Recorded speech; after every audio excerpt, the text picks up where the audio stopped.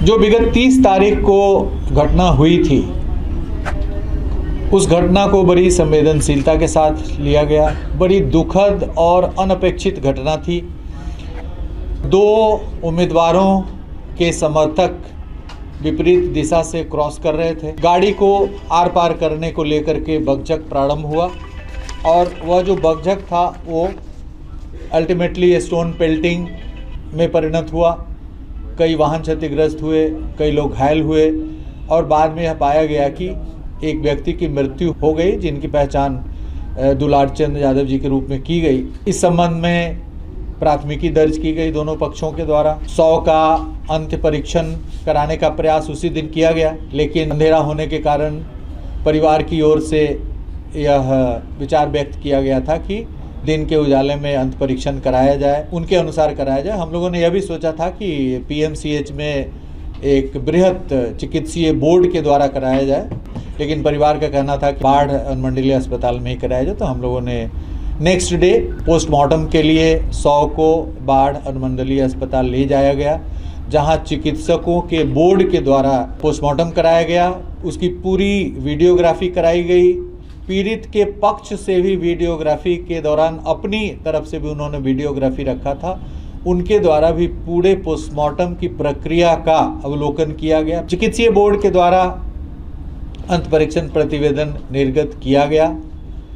अंत परीक्षण बहुत ही महत्वपूर्ण इसमें था, क्योंकि ऐसा प्रतीत हो रहा था इंक्वेस्ट के दौरान कि पैर के एकदम निचले हिस्से में एक फायर आर्म का जख्म प्रतीत हो रहा था। अब वो फायर आर्म का जख्म है या नहीं है, ये पोस्टमार्टम से ही संपुष्ट होगा। उसके बाद बदन पे कुछ निशान दिख रहे थे, लेकिन अन्य कोई वैसा जख्म बदन पे नहीं दिख रहा था स्पष्टतः, जिससे हम कह सकें कि इसके कारण मृत्यु हुई है। इसलिए पोस्टमार्टम का जो इंतजार था वो था कि पोस्टमार्टम में क्या तथ्य आते हैं, उससे काफ़ी सारी चीज़ें स्पष्ट होंगी। पोस्टमार्टम में यह स्पष्ट रूप से व्यक्त किया गया है कि पैर में जो गोली के प्रवेश जख्म और निकास जख्म है वो फायर आर्म से हैं, लेकिन उसके कारण मृत्यु नहीं हो सकती है। वह जख्म मृत्यु कारित करने के लिए पर्याप्त नहीं है। फिर अन्य जख्मों का अवलोकन पोस्टमार्टम के दौरान किया गया, जिसमें शरीर के ऊपरी भाग में यह बताया गया है कि जो लंग्स और हार्ट का जो एरिया है वहाँ पर कंप्रेशन है और कॉज ऑफ डेथ लिखा गया है कि कार्डियो रेस्पिरेटरी फेलियर। इसका मतलब है कि जो लंग्स और हार्ट है वो कंप्रेस हुआ है।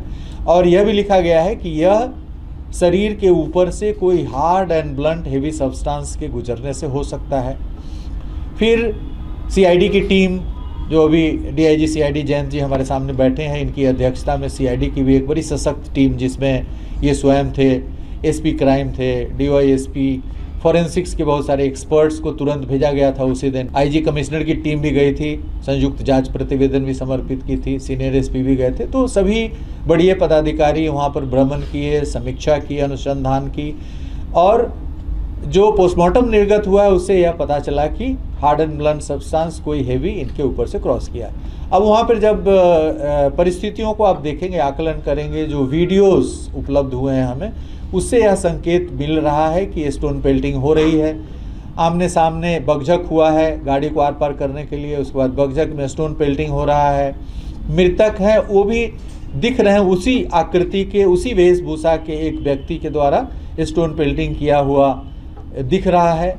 और गाड़ियां भाग रही हैं वहाँ से, घटनास्थल से निकलने का प्रयास कर रहे हैं। उस क्रम में शीशे टूटे हैं कई गाड़ियों के, कई व्यक्तियों को भी जख्म हुआ है, 10-12 लोगों को, जिसके इलाज के दौरान जख्म प्रतिवेदन निर्गत किया गया है। तो इन सभी परिस्थितियों को समेकित रूप से देखते हुए, पोस्टमार्टम रिपोर्ट, वीडियो विजुअल्स, ये सब देखते हुए ऐसा प्रतीत हुआ कि प्रथम दृष्टया इस कांड में इनकी हत्या हुई है। अब गोली कौन चलाया, कब चला, वाहन जिस तरह से बड़ी तेज़ी से वहाँ से भागने की कोशिश कर रहे हैं और पत्थर जो चला रहे हैं वो भी कभी तेज़ी से आगे बढ़ रहे हैं, गिरते पड़ते बढ़ रहे हैं। तो इस स्थिति में यह संभव है कि वाहन के द्वारा इन पर वाहन चढ़ा दिया गया है, वाहन चढ़ा है। अब वो इंटेंशनल है या भागने के क्रम में एक्सीडेंटल है, ये सब अनुसंधान का विषय है। भविष्य में अनुसंधान यह बताएगा कि इन पर जिस कारण से इनकी मृत्यु हुई है पोस्टमार्टम में जो स्पष्ट किया गया वह कारण इंटेंशनल है कि जानबूझ करके किसी ने इनके शरीर पे चढ़ाया है। जो गोली चली है वो चूँकि पैर में लगा है और अन्य किसी संवेदनशील हिस्से में नहीं है, वहाँ पर प्रत्यक्षदर्शी गवाहों की कमी नहीं है। आप देखेंगे वीडियोस में दिख रहा है कि दर्जनों लोग वहाँ पे प्रत्यक्षदर्शी साक्षी हैं। प्रत्यक्षदर्शी साक्षियों को चिन्हित किया जा रहा है, उनके बयान लिए जा रहे हैं। फॉरेंसिक की टीम घटना स्थल का पुनर्सृजन कर रही है। तो इन सभी बिंदुओं पर जो संकेत हमें मिले हैं उसके आधार पे और घटना स्थल पे अभियुक्त हैं जो गिरफ्तार हुए हैं उम्मीदवार, उनकी उपस्थिति थी, उनके नेतृत्व में ही उनका पूरा दल आगे बढ़ रहा था। जन सुराज का दल भी सामने से जो वहाँ के उम्मीदवार हैं उनके नेतृत्व में आ रहा था।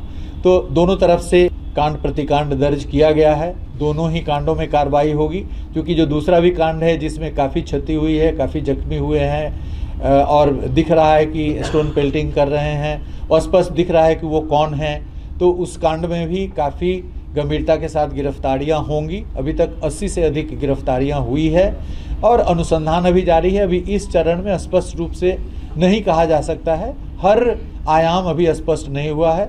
सभी आयामों को उद्घाटित किया जाएगा इस कांड के अनुसंधान के सिलसिले में। जिला पुलिस और सीआईडी संयुक्त रूप से एक सशक्त टीम के तौर पे वहाँ पे कार्य कर रही है। अभी हमारी प्राथमिकता है 6 तारीख को जो चुनाव है उसको संपन्न कराना। उसके बाद इस कांड में और भी जो अनुद्घाटित पहलू है उसको उद्घाटित किया जाएगा, साक्ष्य संकलित किए जाएंगे। हमारा एक और अनुरोध होगा जन सामान्य से कि इस घटना को लेकर के किसी भी प्रकार के जातीय विद्वेष या इस तरह के उन्माद की स्थिति ना क्रिएट करें। किसी भी प्रकार के बयान से बचें, क्योंकि सामाजिक समरसता कायम करना, शांतिपूर्ण माहौल में चुनाव संपन्न कराना प्रजातंत्र की एक बहुत बड़ी एक उपलब्धि होगी।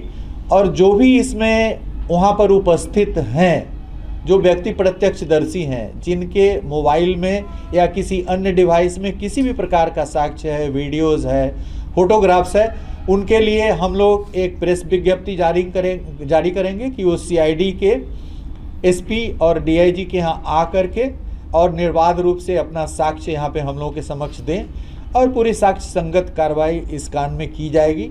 किसी भी प्रकार के पक्षपात और किसी का कोई स्कोप नहीं। हम लोग शुरू से ही पूरा यह सुनिश्चित कर रहे हैं कि निष्पक्ष रूप से और साक्ष्य के आधार पर कार्रवाई हो। अभी जो गिरफ्तारी हुई है, चूंकि ये नेम्ड एक्यूज थे, वहाँ पर उपस्थित थे। का एक तरह से जो आप देख रहे हैं कि राइटिंग का मॉब था, तो राइटिंग मॉब में कौन आदमी क्या कर रहा है इसकी सामूहिक जिम्मेवारी होती है, कॉमन ऑब्जेक्ट होता है। तो वहाँ पर उपस्थिति थी, नेम्ड था और इलेक्शन कमीशन के द्वारा पल पल की सूचना ली जा रही है, स्थिति की जानकारी ली जा रही है।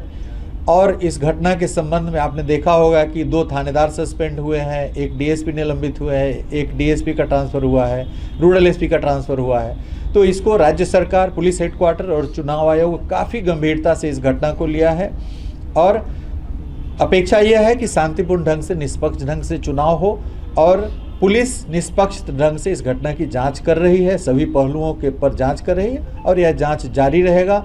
अन्य अभियुक्त हैं उनके विरुद्ध भी लगातार छापामारी की जा रही है, जो इसमें नेम्ड हैं और जो अननेम्ड भी हैं, जिनके बारे में जानकारी मिल रही है कि सिर्फ 5 आदमी को नेम किया गया है, दोनों तरफ से 5-5 व्यक्तियों को। लेकिन जो इस तरफ से भी केस हुआ उसमें 5 ही आदमी नहीं है, वो स्टोन पेल्टिंग में और क्षतिग्रस्त करने में सैकड़ों आदमी है।